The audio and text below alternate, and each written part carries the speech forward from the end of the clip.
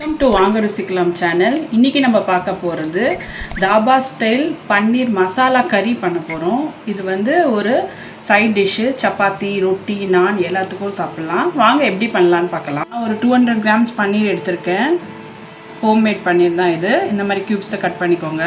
கூட ஒரு teaspoon Kashmir red chilli powder சேர்த்துக்கோங்க. டீஸ்பூன் மஞ்சள் தூள், teaspoon garam masala,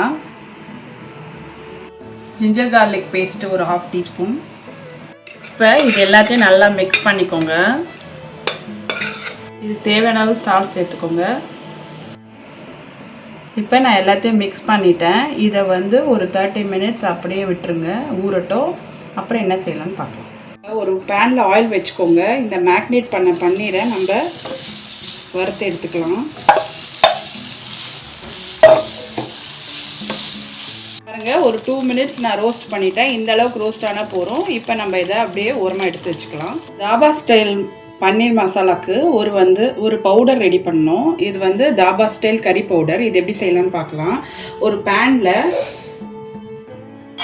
2 teaspoon coriander போட்டுக்கோங்க, ஜீரகம், துண்டு பட்டை, ஏலக்காய் போட்டு நல்லா ட்ரை ரோஸ்ட் பண்ணிக்கலாம். சோம்பு. இப்போ இதை ஆற வச்சுட்டு ஆறின அப்புறமா பொடி பண்ணி எடுத்துக்கலாம். பாருங்கள், நம்ம மிக்சியில் அரைச்சி எடுத்துகிட்டு வந்துட்டோம். இந்த மாதிரி அரைச்சிக்கோங்க. பேனில் ஒரு கரண்டி எண்ணெய் ஊற்றிக்கோங்க. அப்புறம் கொஞ்சமாக பட்டர், ஒரு பே லீஃப் போட்டுக்கோங்க, கிராம்பு, ஒரு ஏலக்காய், 1/4 டீஸ்பூன், க்ரீன் சில்லி 1, 2 பெரிய வெங்காயம் கட் பண்ணி வச்சுருக்கேன், அதை போட்டுக்கிறேன். ஜிஞ்சர் கார்லிக் பேஸ்ட்டு 1 டீஸ்பூன் போட்டுக்கோங்க. இப்போ நம்ம அரைச்சி வச்ச தாபா ஸ்டைல் பவுடர் போட்டுக்கலாம். ரெட் சில்லி பவுடர் 1 டீஸ்பூன், தூள் 1/4 டீஸ்பூன், எல்லாம் சேர்த்து நல்லா வதக்கிக்கோங்க. இந்த டிஷ்ஷுக்கு தேவையான சால்ட் போட்டுக்கோங்க. ஏற்கனவே நம்ம பன்னீர்லேயும் சால்ட்டு போட்டு ஃப்ரை பண்ணிப்போம், பார்த்து போட்டுக்கோங்க. 2 பெரிய டொமேட்டோவை நான் பியூரியாக எடுத்துருக்கேன், அதை சேர்த்துக்கிறேன். இந்த டிஷ்ஷுக்கு கொஞ்சம் தண்ணி சேர்த்துக்கலாம். உங்களுக்கு எவ்வளோ கன்சிஸ்டன்சி வேணுமோ அவ்வளோ தண்ணி சேர்த்துக்கோங்க. இப்போ வாட்ரு சேர்த்துட்டேன். இப்போ இது வந்து ஒரு 5 மினிட்ஸ் பாயில் ஆகட்டும். நம்ம வந்து தட்டு போட்டு மூடி கொதிக்க விடலாம். இப்போ கொதிக்கட்டும் 5 மினிட்ஸ்க்கு அப்புறம் பாருங்கள், நல்லா ஆயிலாக பிரிஞ்சு வந்துடுச்சு. இப்போ வந்து நம்ம ரோஸ்ட் பண்ண பன்னீரை போட்டுக்கலாம். போட்டு மிக்ஸ் பண்ணிக்கோங்க. இப்போ கரம் மசாலா ஒரு 1/4 டீஸ்பூன் சேர்த்துக்கோங்க.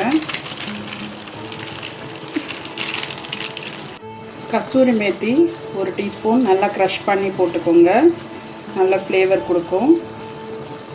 ஒரு 2 மினிட்ஸ் மட்டும் க்ளோஸ் பண்ணி வைங்க.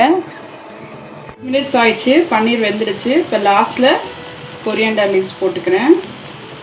நம்ம தாபா ஸ்டைல் மசாலா பன்னீர் கறி ரெடி ஆகிடுச்சு. பாருங்கள் எவ்வளோ எம்மியாக வந்திருக்கு. ஹாட் தாபா ஸ்டைல் பன்னீர் கறி ரெடி ஆகிடுச்சு. வாங்க இப்போ சர்விங் பவுலுக்கு மாற்றிடலாம். பாருங்கள், நம்ம தாபா ஸ்டைல் பன்னீர் மசாலா கறி ரெடி ஆகிடுச்சு.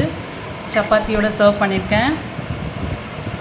இப்படி நீங்கள் தொட்டு சாப்பிட்டிங்கன்னா சூப்பராக இருக்கும். நீங்களும் இந்த டிஷ்ஷை மறக்காமல் ட்ரை பண்ணுங்கள். லைக் கொடுங்க, கமெண்ட் பண்ணுங்கள், உங்கள் ஃப்ரெண்ட்ஸோடு நம்ம சேனலில் ஷேர் பண்ணுங்கள். தேங்க்ஸ் ஃபார் வாட்சிங்.